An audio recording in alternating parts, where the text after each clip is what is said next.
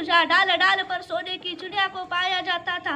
मैं उस देश का नागरिक हूँ जिसे अपने भूगोल के पहले इस ब्रह्मांड का भूगोल समझ आया था। माननीय अध्यक्ष महोदय, उपस्थित शिक्षकगण आणि माझ्या सर्व मित्र मैत्रिणींनो, मी विष्णवी. मित्रांनो, जसे की आपण जाणता, आपण येथे एकत्रित झालो आहोत ते म्हणजे भारताचा 76वा गणतंत्र दिवस म्हणजेच प्रजासत्ताक दिन साजरा करण्यासाठी. मित्रांनो, भारताला 15 ऑगस्ट 1947 रोजी स्वातंत्र्य मिळालं, पण त्या स्वातंत्र्याला आकार मिळाला ते म्हणजे 26 जानेवारी 1950 रोजी, कारण त्या दिवशी आपल्याला स्वातंत्र्य लागू झालं होतं.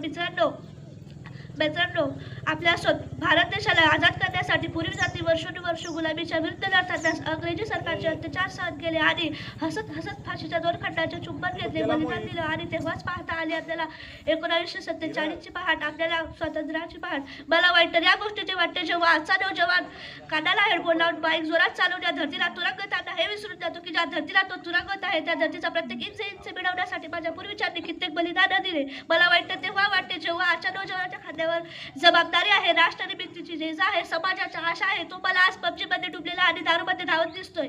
फक्त सेनेमध्ये भरती होऊन वीर सैनिक त्याचा अर्थ बदललेला आहे. आज आपण देशभक्ती म्हणून तर कशाला म्हणतो, तर बेमारीला साईडला ठेवून इमानदारीने केलेले प्रत्येक कामी देशभक्ती आहे. एका गरीब, एका म्हाताऱ्या माणसाला औषध दिली जाईल ती आहे देशभक्ती. तेव्हाच आपले राष्ट्रपूर्ण तत्वाचं स्वप्न पूर्ण होईल.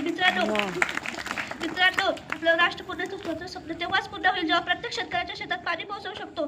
देशात वाढणारी बेरोजगारी, देशात वाढणारी गरिबी, देशात वाढणारे अत्याचार पूर्णत्वात थांबवून घेऊ, तेव्हाच आपलं राष्ट्रपूर्ण तत्वाचं स्वप्न पूर्ण होईल.